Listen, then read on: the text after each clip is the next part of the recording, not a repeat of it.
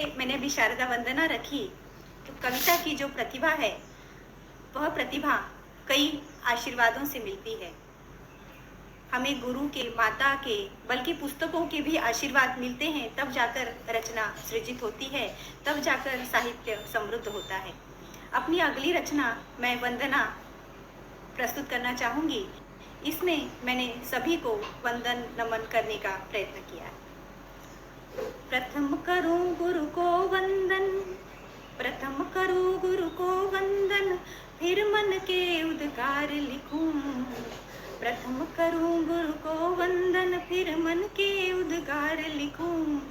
माता पिता को नमन करूं मैं, माता पिता को नमन करूं मैं, फिर मन वीणा की झनकार लिखूं, फिर मन वीणा की झनकार लिखूं। सृष्टि सारी गुरु भी है और जननी भी, सृष्टि सारी गुरु भी है और जननी भी।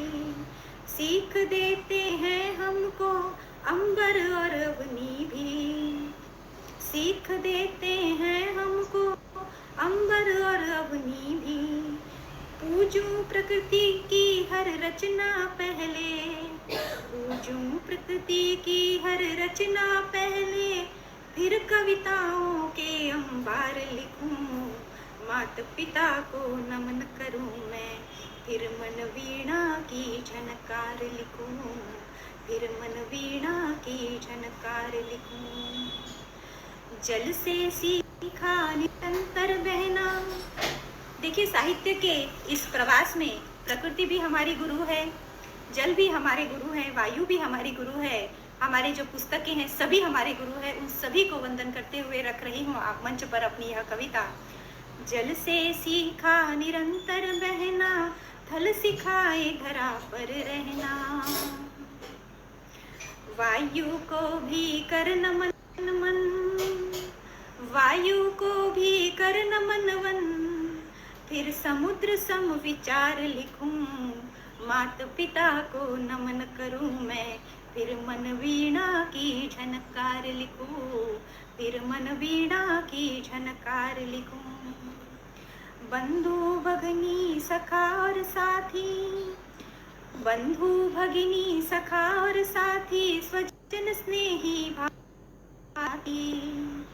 जिन जिन से मुझको नेह मिला, जिन जिन से मुझको नेह मिला, पहले उनके प्रति आभार लिखूं, पहले उनके प्रति आभार लिखूं।